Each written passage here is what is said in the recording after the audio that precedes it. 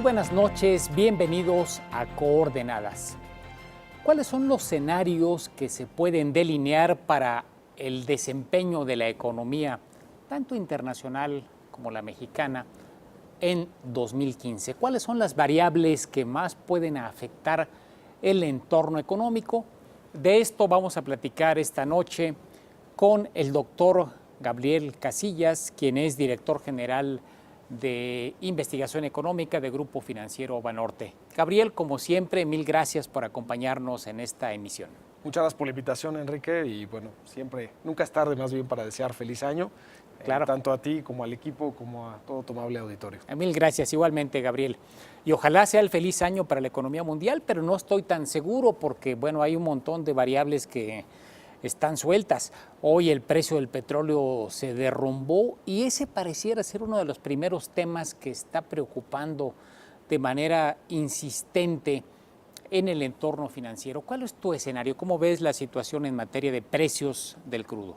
Bueno, sin duda, Enrique, es un tema bien importante. De hecho, yo creo que hoy por hoy hay una gran discusión entre los inversionistas y los analistas entre si realmente la baja del precio del petróleo va a ayudar al consumo en países como Estados Unidos por la baja de precio de gasolina, en la eurozona y en otros lugares, o va a predominar el estrés financiero que puede causar, sobre todo a empresas que se endeudaron mucho o a países que son productores de petróleo y que tienen gran deuda, como es el caso de Rusia. Entonces, estrés financiero o va a ayudar al crecimiento económico, o las dos, y cuál va a ser la parte neta, ¿no? Nosotros en esa discusión estamos del lado optimista.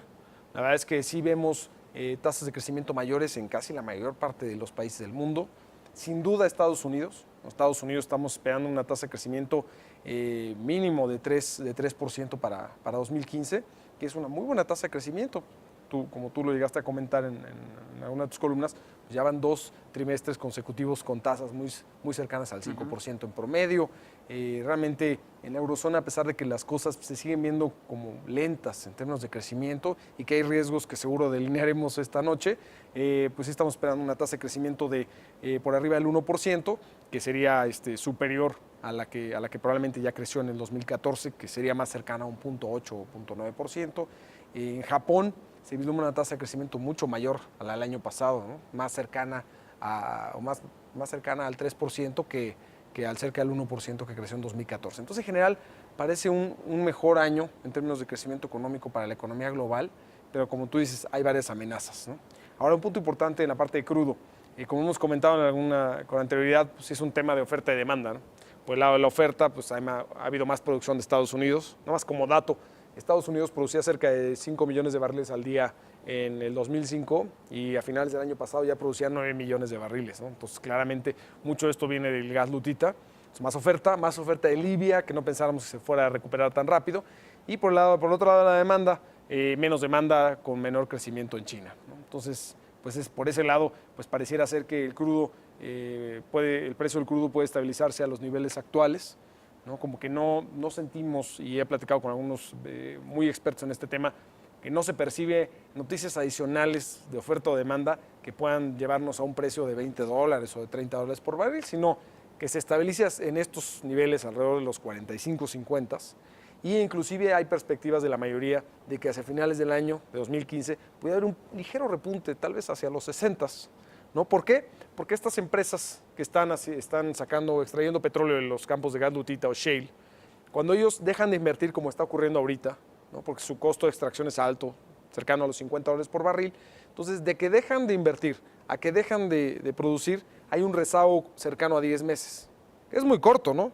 ¿Qué hubiera pasado en Cantarell si dejamos de invertir? Pues a lo mejor el rezago tarda 5 años, pero en estos pozos de gas lutita es muy rápida la tasa de decaimiento.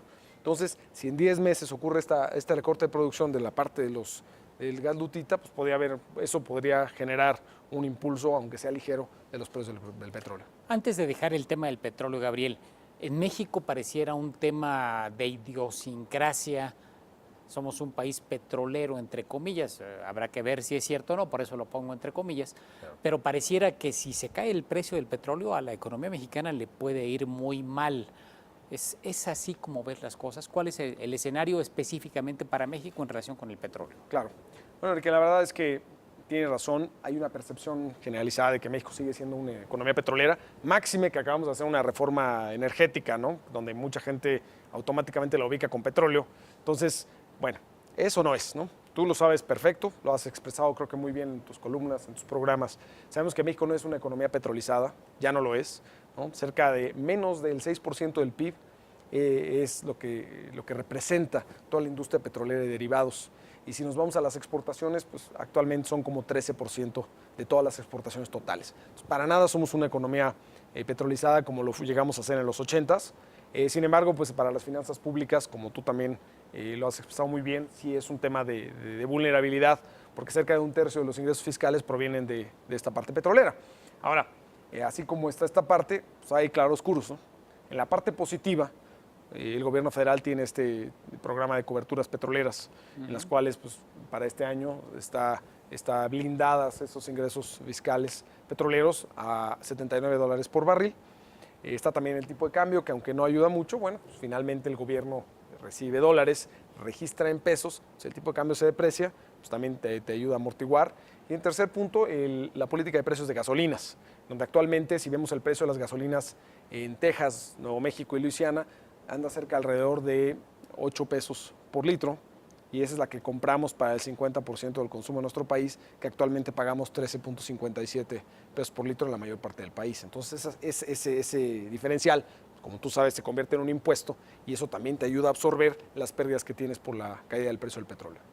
Pero tú no visualizas que la economía mexicana pudiera frenarse por efecto del menor precio del crudo, porque pareciera que anda dando vueltas esa imagen, una economía que va a crecer menos por un precio del petróleo tan bajo. ¿Es así?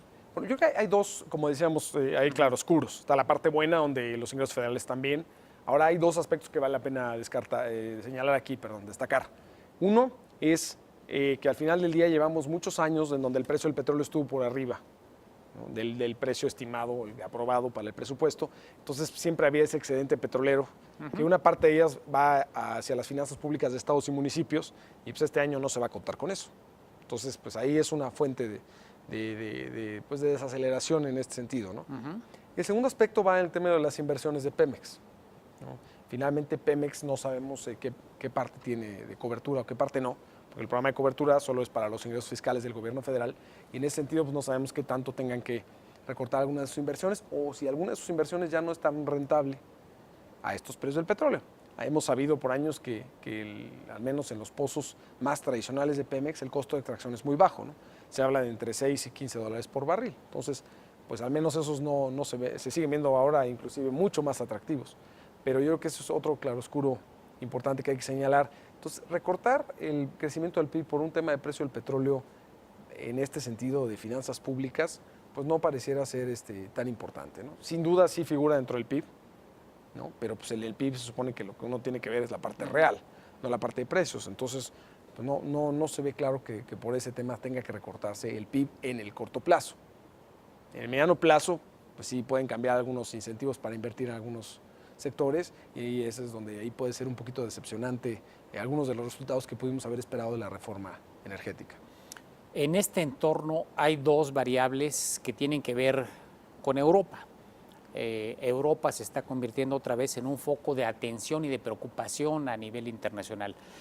Y los dos son para las próximas semanas. Esta misma semana la decisión del Banco Central Europeo, o quizá la próxima, en torno al tema de las compras de bonos soberanos, que algunos visualizan como una posibilidad de que se debilite aún más el euro y que se encarezca más el dólar, con todo lo que esto significa.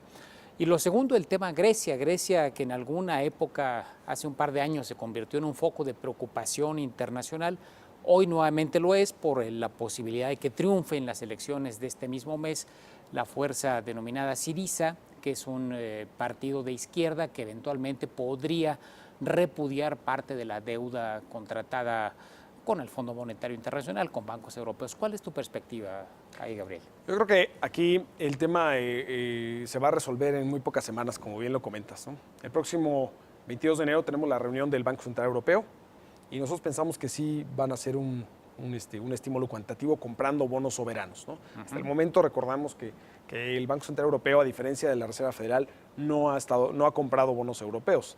ha dado ciertas líneas de crédito de largo plazo a los bancos, ha hecho otro tipo de política monetaria expansiva, además de bajar tasas, pero no ha comprado bonos soberanos, ¿no? Entonces, esta compra de bonos soberanos va a estar ligada a dos cosas. Uno, a que el Banco Central Europeo lo quiera hacer, pero otra bien importante es que el tribunal alemán tiene que decidir si es constitucional o no la compra de bonos soberanos, ¿no? Entonces, esta decisión probablemente la veamos en esta semana y nosotros tenemos la idea de que van a decir que sí. O sea, saben que al final del día pues, es parte de política monetaria, que el Banco Central tiene que ser un órgano autónomo. Entonces, yo creo que sí lo van a hacer. Ahora, el tema más, si lo van a hacer o no, va a ser un tema de cuánto. Yo creo que ya el mercado, y tú lo sabes perfecto, yo creo que ahorita está pensando en cuánto van a hacer ese estímulo cuantitativo. Porque si es poquito, pues la gente se va a decepcionar.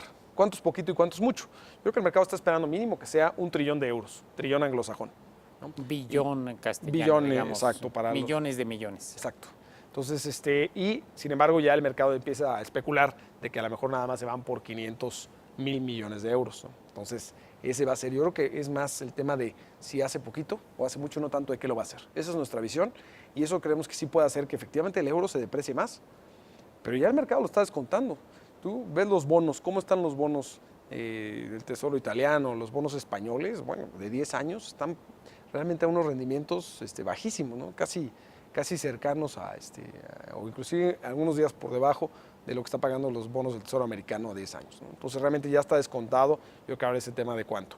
Y el tema de Grecia, pues también lo vamos a ver resuelto muy pronto, al menos el saber qué paso sigue, porque el 25 de enero son las elecciones, ¿no? El siguiente proceso electoral, en donde parece ser que puede ser que, yo creo que el escenario base es que sí gane Syriza, este partido radical que comentas.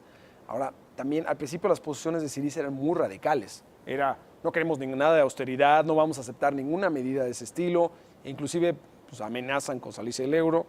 Y por otro lado también la postura alemana era muy fuerte, ¿no? Era de, no, pues si se quieren salir, nosotros estamos listos para que se salga Grecia. Y hoy por hoy las posturas se han suavizado de los dos lados, ¿no? Syriza ya habla de, nosotros no hemos pensado para nada en el dracma, sí piensan en el drama, pero no en el dracma, ¿no? O sea, no de vuelta a su moneda original. Y por el lado de los alemanes, ya también los legisladores han comentado, bueno, pues yo creo que Alemania estaría dispuesto a renegociar la deuda. Entonces, esa suavización de las posturas nos hace pensar que el resultado todavía, no, a lo mejor todavía no va a ser el mejor, pero sí un resultado intermedio y no catastrófico, ¿no? O sea, que siga esto siendo un tema hacia adelante, pero no catastrófico como para pensar en una salida de Grecia, de la eurozona. Hablar de la cotización del euro frente al dólar implica a veces también hablar de la cotización del peso frente al dólar y muchas personas de la audiencia seguramente estarán deseosas de saber cuál es la perspectiva, qué es lo que podemos visualizar en torno a los escenarios, en torno al tipo de cambio. Si me permites, Gabriel, vamos a hacer una pausa y regresamos para hablar de, en este entorno internacional, qué pudiéramos esperar del tipo de cambio. Está el tema de Europa, pero también está el tema de una posible alza en las tasas de interés de Estados Unidos, ambos factores que pueden impactar sobre la cotización del peso frente al dólar. Estamos en Coordenadas, platicamos con Gabriel Casillas, director general de investigación económica de Grupo Financiero Banorte, en torno al tema de las perspectivas para 2015. Regresamos.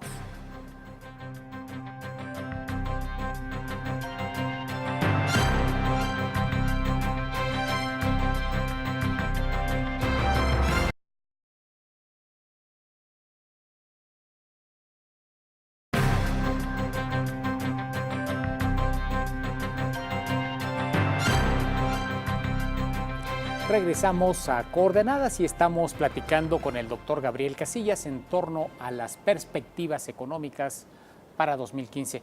Gabriel, se nos había quedado en el tintero el asunto de los escenarios cambiarios, bajo dos ópticas: el movimiento que eventualmente puede tener el euro frente al dólar, una depreciación adicional del euro frente al dólar, y el tema de una posible alza en las tasas de interés en Estados Unidos, que también motivaría el flujo de recursos hacia los mercados financieros norteamericanos y por lo tanto el debilitamiento de monedas emergentes, entre ellas el peso. ¿Cuál es tu escenario? Claro, bueno, en esta especulación o expectativa de que el Banco Central Europeo realmente lleve a cabo este estímulo monetario, que probablemente lo sabremos en las próximas semanas, como lo estábamos comentando, entonces eso llevaría al euro a depreciarse un poco más. Y los mercados ya han descontado parte de eso, por eso está tan depreciado. Pero bueno, esto podría llevar al euro por debajo del 1.10 sin ningún problema, ¿no? Con respecto al dólar. Pero también, pues, como tú bien lo dices, la otra contraparte, ¿no? La contraparte de Estados Unidos. La economía norteamericana va muy bien. No nada más el crecimiento que ya mencionábamos en la intervención anterior, sino también el mercado laboral. Vimos recientemente el último reporte de diciembre, en donde una vez más vimos una fuerte creación de empleos y una disminución significativa en la tasa de desempleo, y por las razones correctas, ¿no? Porque haya realmente menos desempleados y no por gente frustrada que salía de la fuerza laboral.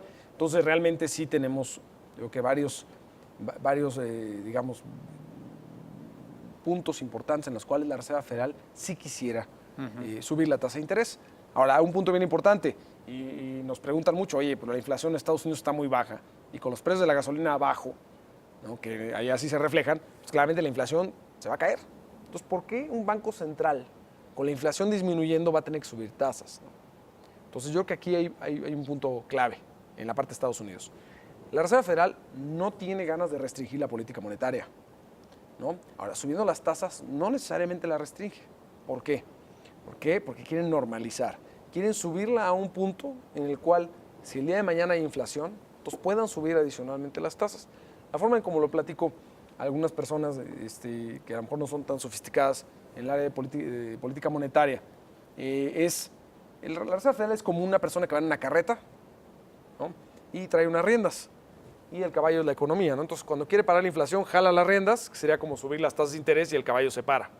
Entonces, ahí para la inflación. Hoy por hoy, con tanta liquidez que se inyectó, es como si la rienda estuviera suelta. Entonces, si hubiera un problema de inflación, que por el momento no lo hay, pero si quisieran subir las tasas ahorita, jalan las riendas. No pasa nada. No pasa nada, no se frena el caballo, no van a frenar la inflación. Entonces, les preocupa mucho a la Reserva Federal que con tanta rienda suelta no funcionen las cosas. ¿Qué significa la rienda suelta? Que a raíz de que el Banco de la Reserva Federal empezó a comprar estos bonos de los bancos, inyectando liquidez, ¿qué pasó? Que los bancos ya tienen tanta liquidez que en el día a día no tienen cortos y largos, como pasa en cualquier mercado interbancario del mundo. Entonces, de hecho, si vemos una gráfica de cómo se ve, el balance de la Reserva Federal sube hasta los 4 billones de dólares de nosotros, se ve también claro cómo los préstamos interbancarios se desploman. Entonces, hoy por hoy, la Reserva Federal sube las tasas, no pasa nada, no se restringe. Entonces, por eso no quieren restringir, quieren normalizar. Que es muy similar, Enrique, ¿te acuerdas al famoso tapering o a la famosa atenuación? Donde decían, oigan, vamos a dejar de comprar bonos, vamos a dejar de inyectar liquidez, pero esto no significa restricción, sino significa atenuación. Yo creo que en la misma medida la Reserva Federal va a subir tasas de interés, y esto ya cómo se conecta con el euro. Bueno, si por un lado la Reserva Federal va a subir tasas de interés probablemente en junio, a mediados de año, ¿no? Como la mayoría del mercado lo espera y nosotros también, y por otro lado tienes el Banco Central Europeo que al contrario va a inyectar liquidez. Entonces claramente pues, son dos fuerzas que, pues, más tasa en Estados Unidos, menos tasa de liquidez en Europa, pues eso todavía te puede llevar al euro al 1.00 casi sin ningún problema. La verdad es que eso podría ser uno de los factores que ayudaría mucho a la eurozona a salir adelante, una depreciación del euro, siendo predominantemente exportador, ¿no? Pensar en un euro equiparable al dólar, Exacto, un 1 a 1. Contra 1. Exactamente. Pero si se deprecia el euro, algunos ven cierta conexión con la depreciación de otras monedas, como el peso. Entonces, la preocupación y lo que algunos del auditorio nos dicen es, bueno, no estaremos ante la amenaza de ver un peso de 16 dólares, perdón, un dólar, ya sería, bueno, un peso de 16 dólares, un dólar de 16 pesos. Claro. Bueno, yo creo que ahí tienes un tema bien importante, ¿no? Y aquí yo creo que es un caso ejemplar para una clase de estadística, ¿no? Es donde la correlación no es causalidad, ¿no? Tienes toda la razón, y ha habido una correlación tremenda, positiva, entre el euro y el peso, ¿no? Cada vez que el euro se deprecia el peso y viceversa. Tienes toda la razón, inclusive muchos lo ven así. Pero también hay que ver cuáles fueron las razones, ¿no? Cuando hubo esa depreciación del euro, que a su vez detonó una depreciación del peso, fue cuando pensábamos que se iba a salir Grecia de la eurozona, ¿no? O que se iba a destruir, o que inclusive España podría salir de la eurozona. Cuando se cuestionó la misma estructura de la eurozona, pues eso significó no nada más una depreciación del euro, sino un evento de riesgo global en donde podía haber bancos, personas, etcétera, que no pagaran sus deudas, y esto con el sistema financiero tan interconectado que tengamos, causar una crisis global de dimensiones tremendas. Pues claramente eso depreció las monedas emergentes también. Sin embargo, ¿qué está pasando hoy? ¿Por qué el euro se va a depreciar? Va a ser por un estímulo cuantitativo. Al contrario, yo creo que en un evento que la Reserva Federal sube tasas, ¿no? Que eso que provoca, pues jala flujos de emergentes a desarrollados, particularmente Estados Unidos, y que en esta ocasión el Banco Central Europeo, otro desarrollado importante, ¿no? Este bloque, al contrario, en lugar de subirlas, las baje, al contrario, creo que nos ayuda como un colchón a mitigar que todos esos flujos se vayan a ir de emergentes a desarrollados, ¿no?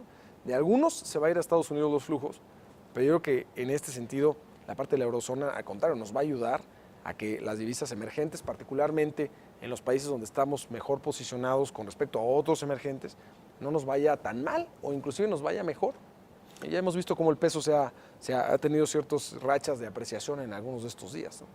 ¿Visualizarías al Banco de México elevando tasas? La semana pasada que Agustín Carstens participó en el evento anual que organiza el ITAM, lo dibujó.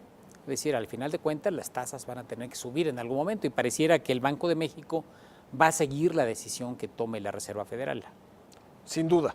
Yo creo que lo que hizo el gobernador Carstens la semana pasada fue clave, ¿no? Decirle al mercado qué estamos pensando ahora, porque la retórica que utilizó la Junta de Gobierno del Banco de México, no todos, pero la mayoría de los miembros por varios años, fue pues de este carácter, digamos, que llaman los mercados dovish, ¿no? O de carácter más de paloma, ¿no? Más preocupados por el crecimiento que por la inflación.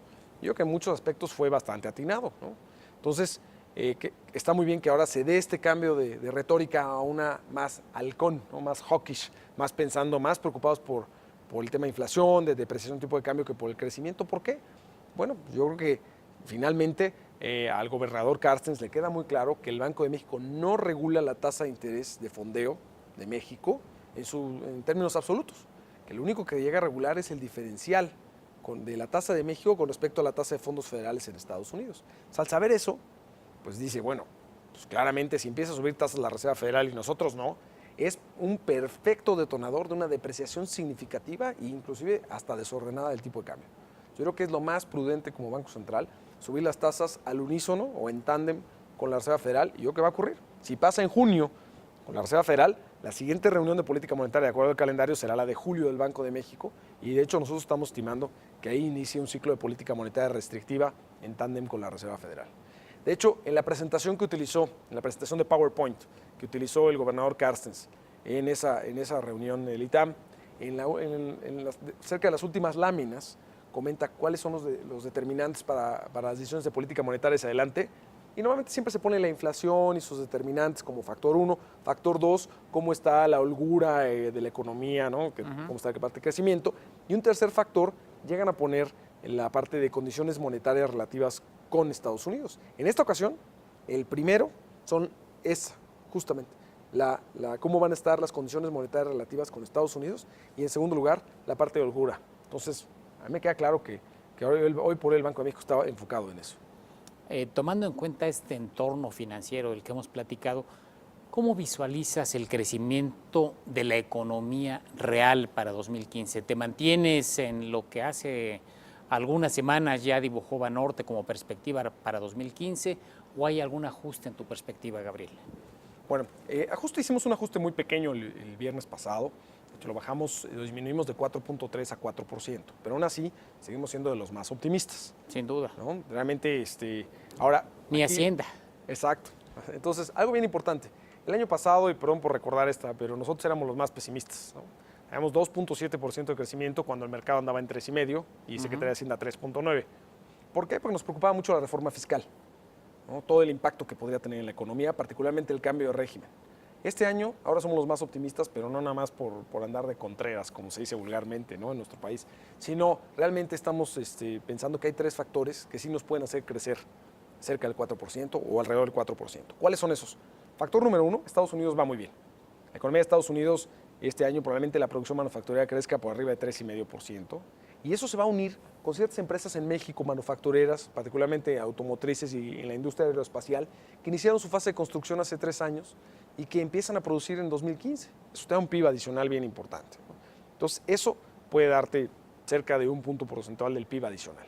Tenemos el tema de efecto de base. El año pasado, la reforma fiscal mantuvo distraídos a los empresarios.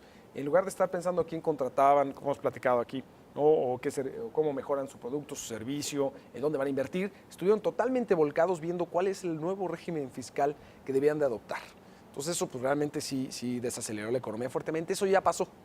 No sé si se absorbió por completo la reforma fiscal o no, pero este año ya no están pensando en eso. No iniciamos el 1 de enero con una reforma fiscal. Entonces eso va a hacer que los empresarios entonces ellos quieren hacer negocio. Entonces eso va a ser muy importante. Eso puede ser el efecto de base de la economía, ¿no? Y tercer factor es el tema del gasto público. El gasto público el año pasado fue tremendo. Fue una expansión que no hemos visto en muchos años y no se sintió en la economía. Lo vemos en los datos, en esta divergencia tan fuerte, en los datos del INEGI contra los de la Secretaría de Hacienda que tanto hemos platicado. Lo hemos visto en varios sectores, lo hemos visto que no lo sentimos, ¿no? Ahora ese gasto público se tiene que sentir este año. Y más, máxime, que es un año electoral. Tú sabes que tenemos los comicios más importantes intermedios que ha habido en la historia del país, ¿no? O en la historia moderna, ¿no? Antes, como tú sabes, había elección un año sí, el otro también. Ahora todas están, o la mayoría están puestas en estos dos. Exacto, concentrados en estos dos procesos electorales por sexenio, y pues vamos a tener, como tú lo has comentado, ¿no? 9 gobernaturas, toda la Cámara de Diputados se va a renovar el 7 de junio, y además estas, digamos, diputaciones locales, presidencias municipales, etcétera, en 18 estados. Entonces realmente hay todo para pensar que el gasto público va a empezar a permear. Todos esos programas, proyectos de infraestructura que estuvieron parados prácticamente 2 años, han estado empezando a funcionar. Entonces ese es el tercer factor que vemos, por lo cual pensamos que la economía puede crecer bastante bien en el 2015. Sin embargo, sí estamos preocupados por el 2016, si los precios del petróleo permanecen en estos niveles bajos. Ya habrá oportunidad de platicar del 2016, todavía nos faltan algunos meses, ojalá salgamos bien del 2015, tocamos madera, que tu escenario optimista se convierta en realidad. Gabriel Casillas, muchas gracias por acompañarnos esta noche y ayudarnos a entender el entorno internacional y el ambiente nacional en torno al crecimiento para este año. Muchas gracias, Enrique, por la invitación, y una vez más, pues feliz año a todos. Gracias, igualmente para ti. Gracias a ustedes, los espero la próxima semana aquí en Coordenadas. Sigue la programación del Financiero Bloomberg. Muy buenas noches.